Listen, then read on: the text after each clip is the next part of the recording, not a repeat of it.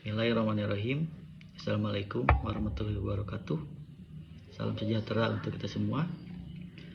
Di video kali ini kita akan melanjutkan kembali materi tentang dasar pemrograman, yaitu materi tentang array.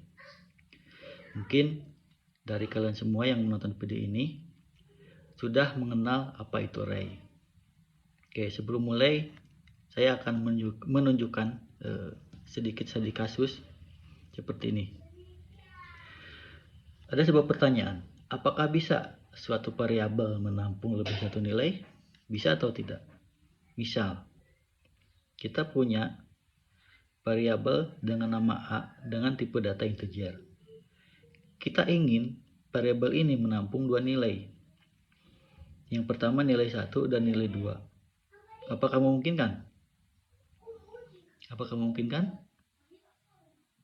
Jawabannya tentu tidak. Solusinya adalah bisa dilihat di yang sebelah kanan ini. Kita harus membuat dua buah variabel. Misalkan yang pertama bernama A dan kita isi dengan nilai 1. Dan yang kedua variabelnya kita namai B dan isi nilai 2. Kita tidak bisa menyimpan lebih dari satu nilai pada satu variabel biasa. Nah, lantas seperti apa solusinya? Di dasar pemrograman, contohnya di pemrograman C++ yang akan kita ajarkan pada pertemuan kali ini, dia menyediakan salah satu fitur yang memungkinkan untuk itu.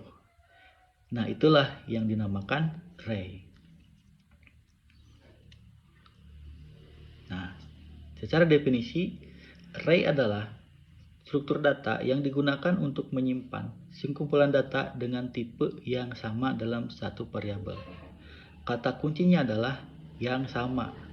Jadi, satu tipe data array hanya menampung nilai dengan tipe data sama ya. Jadi tidak bisa dalam satu array nilai atau tipe datanya beda-beda.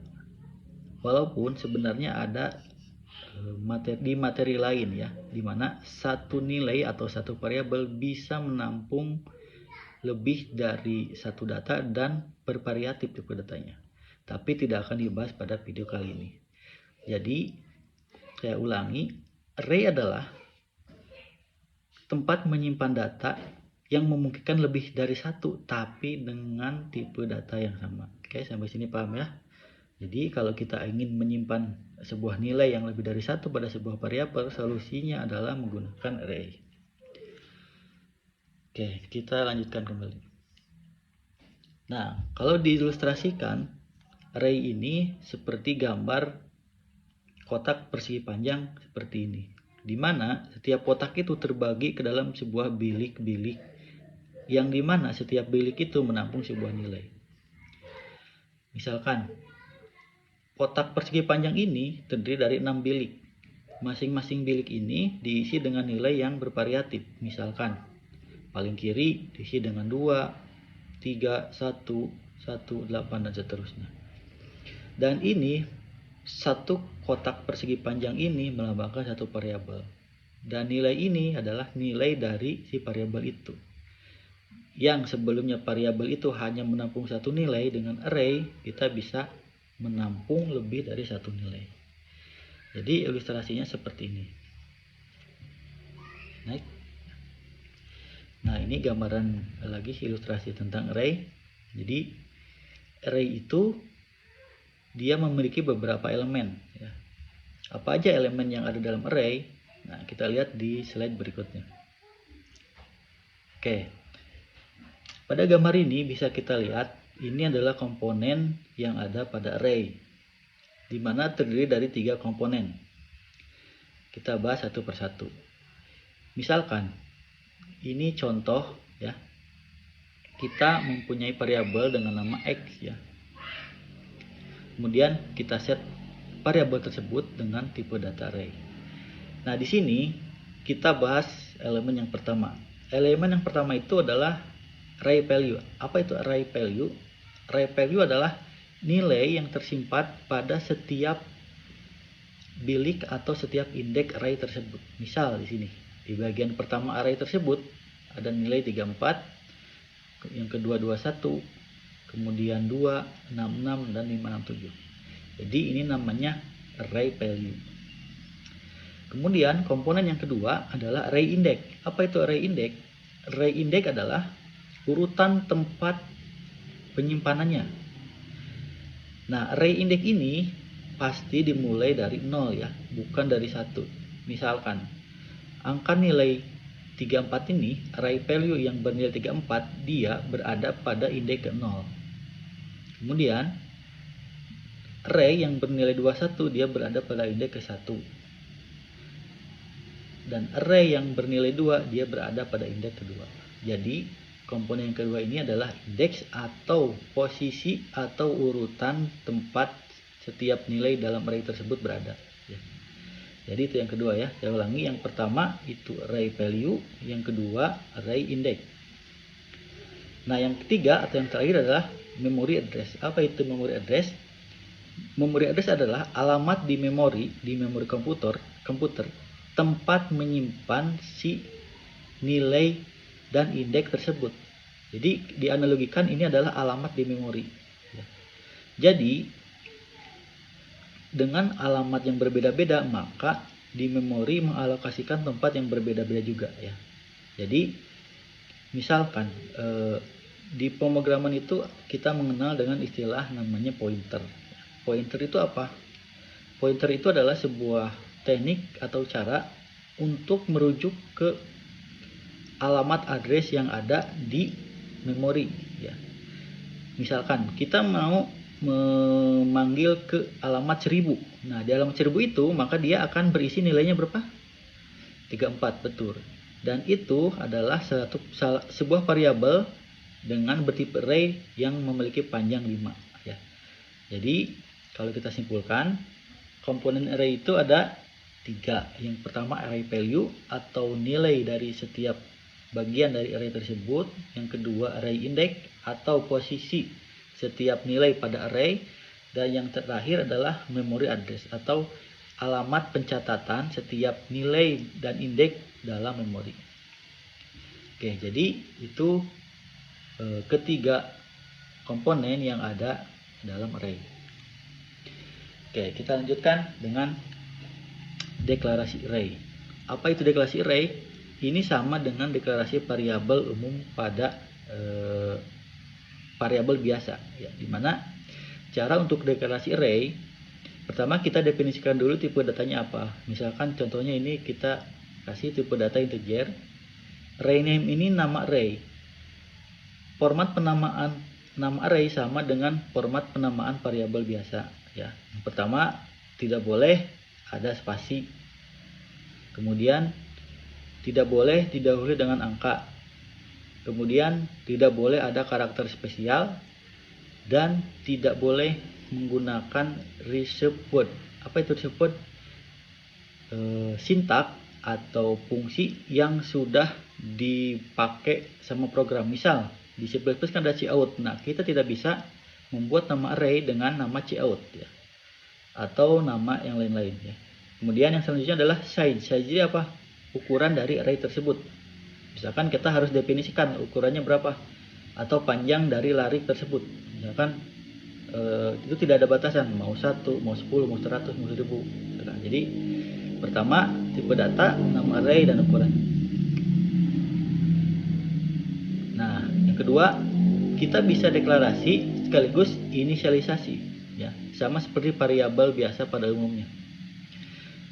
Cuman bedanya di sini kita langsung set nilainya ya. Misalkan contohnya nih ya, kita buat tipe data array dengan tipe data integer, kita kasih nama array panjangnya 5, kemudian kita langsung set nilai dari setiap array tersebut. Misalkan indeks ke 0 kita set angka 10, indeks ke 2 20, indeks ke 1 20, indeks ke 2 30, indeks ke 3 40, dan indeks ke 4 50. Jadi jangan lupa ya bahwa indeks array itu harus mulai dari 0 ya.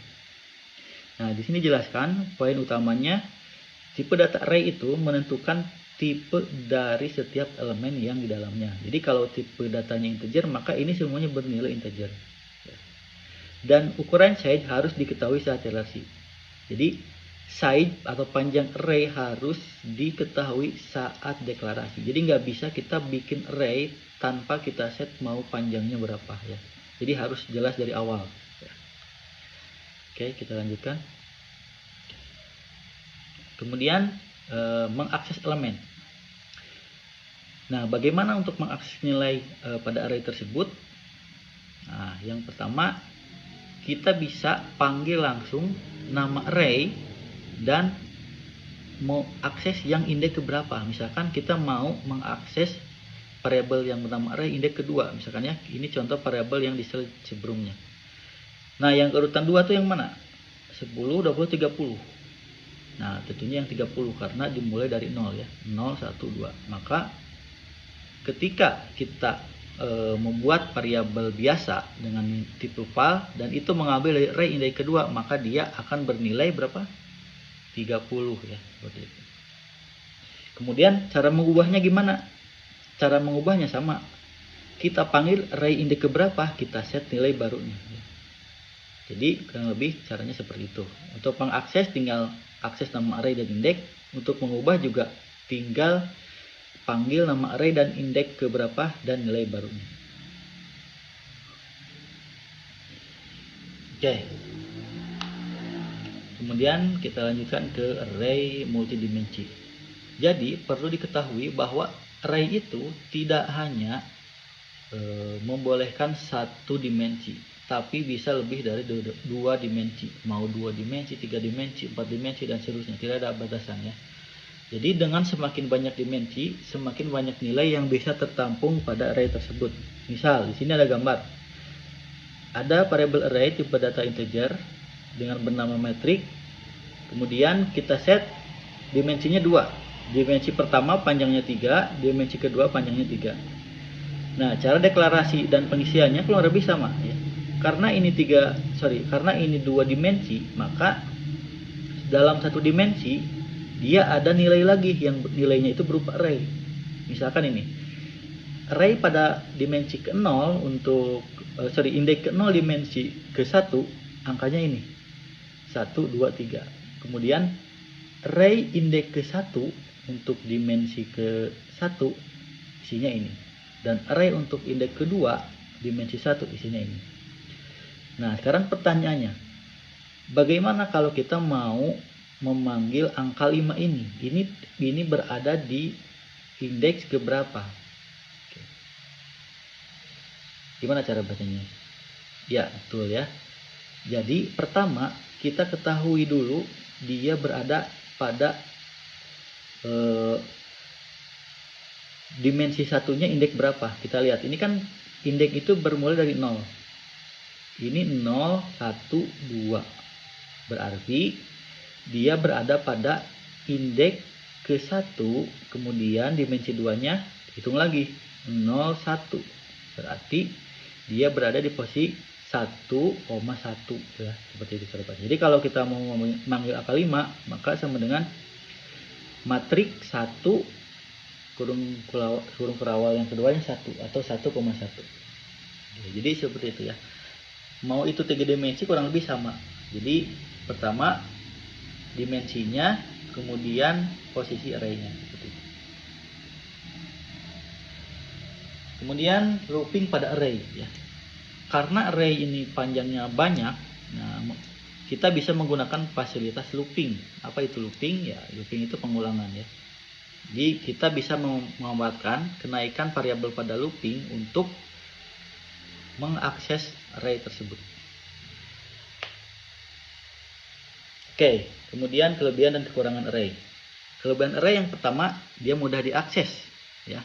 Kemudian memori teralokasi secara kontinu dan meningkatkan efisien. Tapi array memiliki kekurangan. Kekurangan yang pertama, ukurannya tetap ya. Jadi kalau kita mendeklarasikan 5 ya 5 selamanya ya. Kemudian kurang fleksibel dibandingkan dengan struktur data yang dinamis seperti vektor dan lainnya. Jadi array itu memiliki kelebihan dan kekurangan ya. Jadi kita bisa menggunakan sesuai keperluan kita. Oke, kemudian ini ada latihan ya. Ini untuk mencari nilai maksimal dan minimal. Nanti kita coba. Oke, demikian penjelasan saya tentang materi tentang array. Mudah-mudahan bermanfaat. Kita bisa mencoba di video berikutnya untuk latihan-latihannya. Oke, terima kasih. Silakan mencoba untuk materi pada pertemuan ini. Semoga bermanfaat. Akhirul kalam. Assalamualaikum warahmatullahi wabarakatuh.